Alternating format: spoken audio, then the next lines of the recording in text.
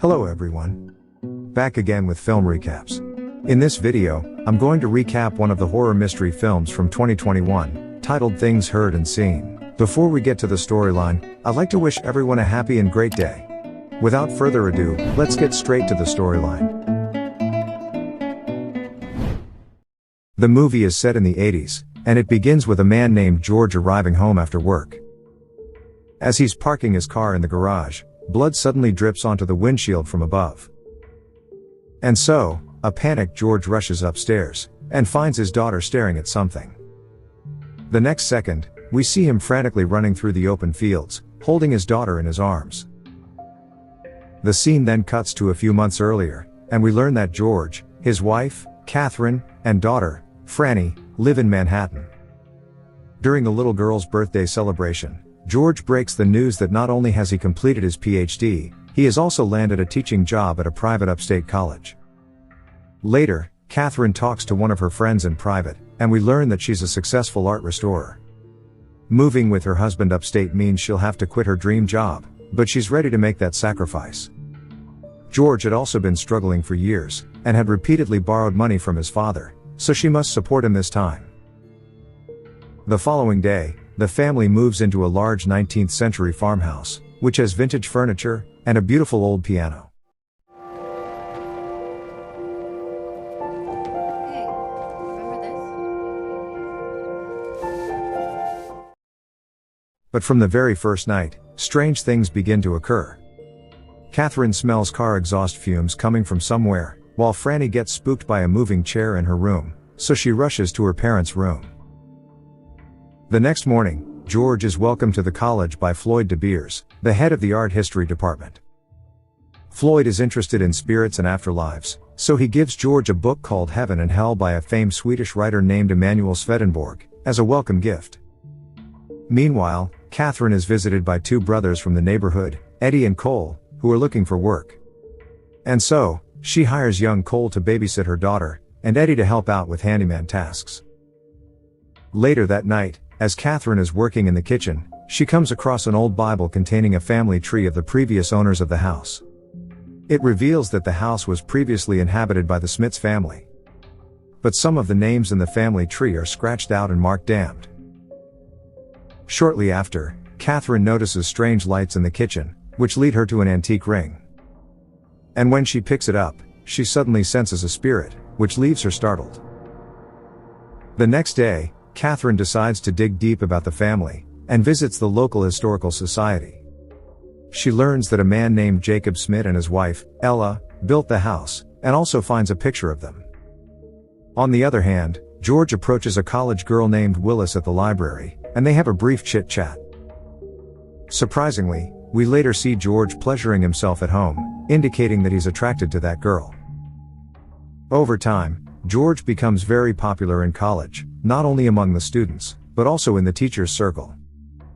He befriends one of his colleagues named Justine Sokolov, who is the weaving instructor at the college. Justine is amazed by the paintings in his office, but George says he quit that long time ago, and now solely focuses on teaching.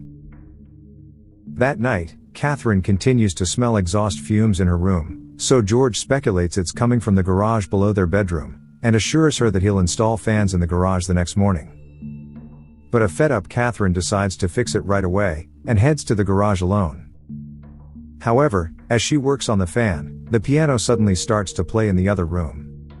This freaks her out and she goes to inspect, but finds no one there. Upstairs, Franny spots a mysterious woman in her room, causing her to scream in horror. The little girl tells her parents that she saw a spirit, so Catherine takes her along with her. The next morning, Catherine comes across the book Floyd had gifted George.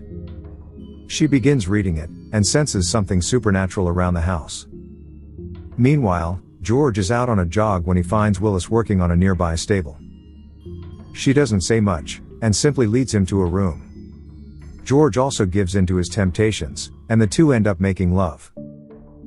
After a while, he returns home with a wildflower for Catherine, and she finds the gesture very sweet.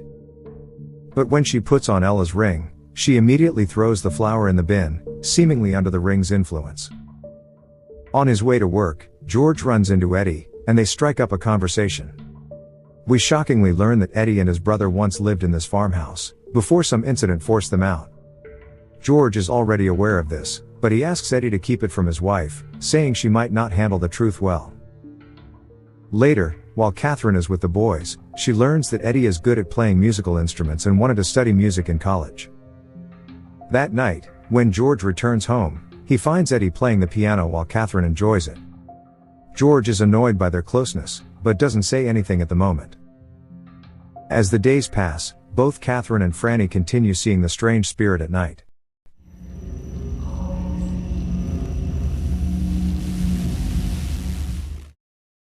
Even vultures start roaming outside, indicating that there's a dark energy.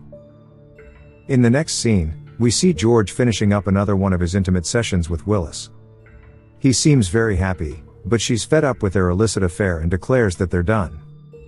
George tries to talk her out of it, but Willis doesn't listen and rides away on her horse. That evening, George and Catherine go over to Justine's home for dinner.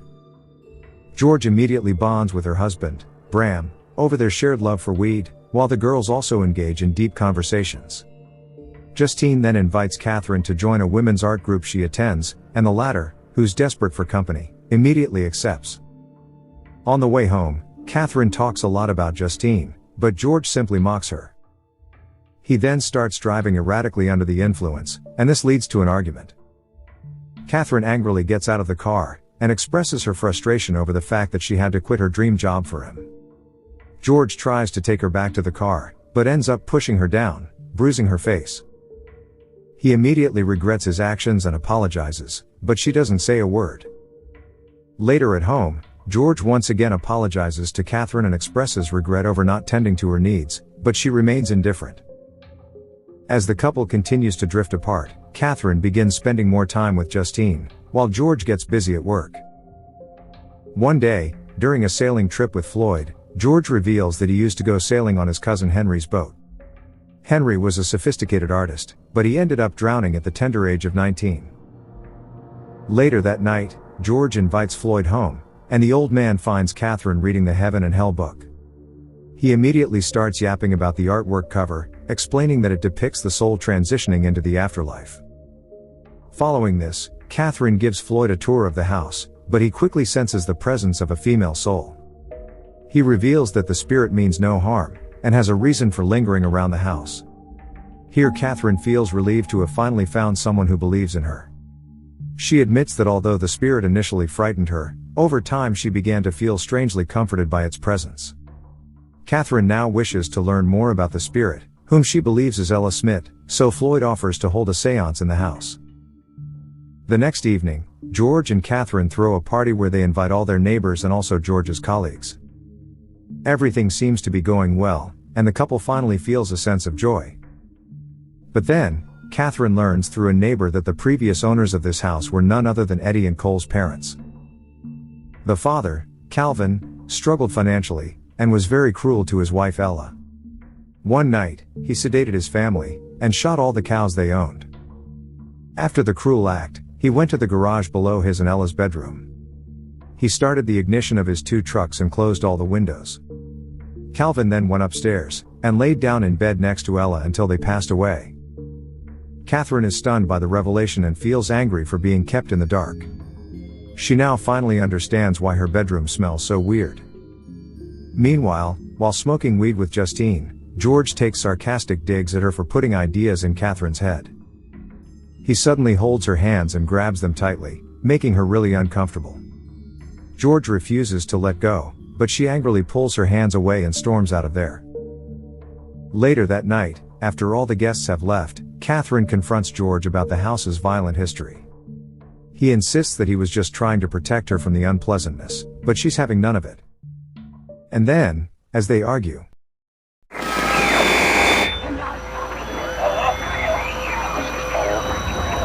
George tries to unplug the radio, but it still keeps on playing, so he smashes it to pieces.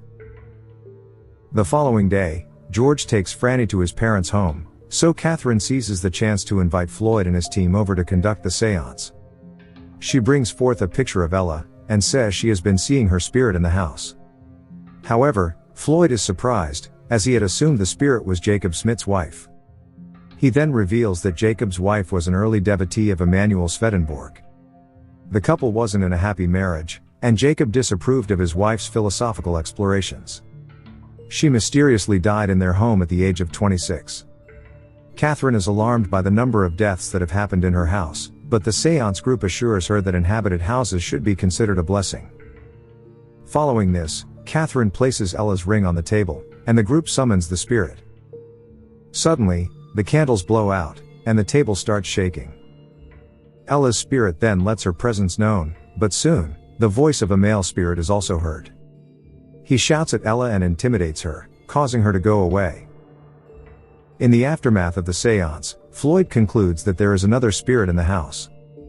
He tells Catherine that until the spirit reveals its nature, she should be careful of people around her. The next day, Catherine goes to the library to return the books she had borrowed. She also returns an overdue book she found in George's car, and the staff reveals that the book is issued in the name of a girl named Willis. It is at this point that Catherine figures out that her husband's having an affair. Meanwhile, George takes his class on a tour of the Met Museum, and Justine tags along. He later runs into his PhD dissertation advisor, Dr. Warren, who's surprised to learn that George has acquired a teaching position without his recommendation letter. A nervous George lies that he's only a temporary instructor filling in for an absent professor, but Warren remains suspicious. Justine also overhears the conversation, and realizes something's fishy.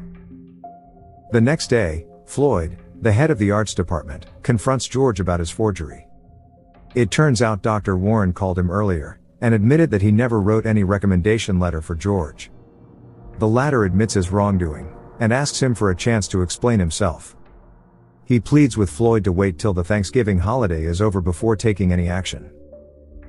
The scene then cuts to Thanksgiving night, where George's family has come for dinner. During the conversation, Mom reveals that George was very close to his cousin Henry, who was a talented artist. He used to draw exquisite watercolor paintings of shorelines, lighthouses, and other seaside things.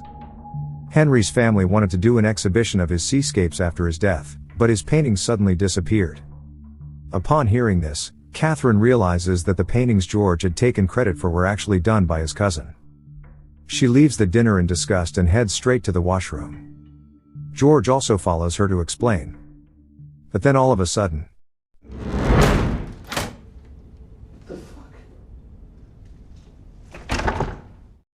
later that night, George sits motionless in his car with the engine on. A male spirit's voice is then heard saying that it's here to help George and asking him to free himself. The next morning, Eddie spots a depressed Catherine and goes to talk to her. One thing leads to another, and they start making out right on the ground. Meanwhile, an anxious George joins Floyd on his boat to talk. He claims that he was ostracized by his earlier college after he reported a sexual misconduct incident.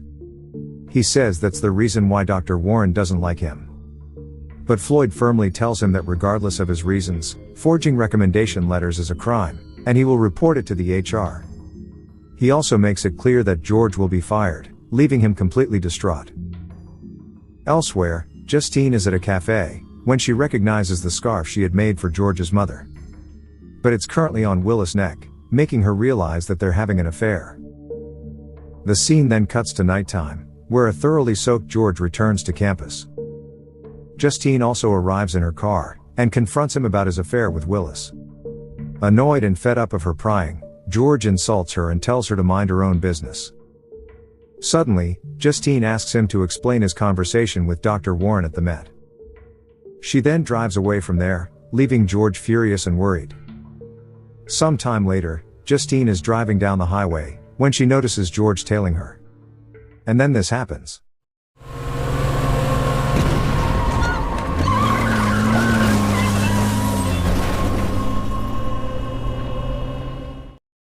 Once home, Catherine tries to talk to George about something, most likely about the divorce, but he tells her that he's not in the state to have a conversation. After she leaves, a dejected George seemingly talks to the male spirit in their home, and asks it to confirm its presence. Just then, a crow breaks into Catherine's bedroom through the window, freaking her out. George also arrives there, but he simply tells Catherine to ask her boyfriend to fix the window.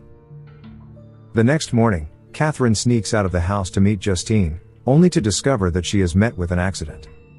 She learns that Justine is in a coma, and might never recover from it. On her way back home, Catherine is hit with yet another shock when a radio broadcast announces Floyd's death, and the old man's body was discovered in the Hudson River. At college, when George hears about Floyd's death, he puts on a show of shock and sorrow. Since the position is now vacant, he's offered to be the interim head of the art department. George accepts the offer, saying he'll do anything for his department. Later in his classroom, George finds the cover art of Swedenborg's book, Heaven and Hell, projected on the screen. He tries to change the slide, but can't make it go away. Frustrated and scared, George screams at his students before storming out of the class. When he returns home, he finds Catherine's packed suitcases in her car parked outside. Realizing that she's planning to leave, George feigns ignorance, and gives Catherine a protein shake. She also drinks it without hesitation, pretending as if everything's fine. George then asks her about Franny, to which she claims that she already put her to bed. However, a suspicious George insists on seeing her and rushes upstairs. But he finds an all-dressed Franny asleep, and finally tells Catherine that it's a terrible time to travel. Scared for her life, Catherine runs downstairs, and tries to call for help, but George angrily smashes the telephone. He then drags her out of the house, takes the luggage out of her car and asserts that she can't leave with his daughter. Here, a frustrated Catherine says she knows what he did to Floyd and Justine, but George rejects the allegations and calls her mentally unstable. After he heads inside, Catherine puts her luggage back into her car. However, she soon starts to feel dizzy, and we learn that George had spiked her protein shake earlier. Despite this, Catherine collects all her strength, and rushes into the house to look for Franny. She asks Ella's spirit for help, and it guides her upstairs. Catherine eventually reaches her daughter's room, but doesn't find her there. In the end, the poor woman passes out on the bed while trying to call the police. Ella's spirit tells Catherine that she's here to help her, but the male spirit, presumably Calvin, also appears and yanks her away. Soon, a frantically sobbing George arrives in the room with an axe. He's hesitant to kill his wife, but Calvin's spirit encourages him, asking him to free himself, while Ella's spirit tells George that those who commune with evil will never win. However, a possessed George butchers Catherine to death while screaming and crying. The scene then cuts to the morning, where Cole comes to babysit Franny. He finds an instruction note from George that tells him not to disturb Catherine as she's ill. Later that evening, we are taken back to the opening scene where George returns home from college.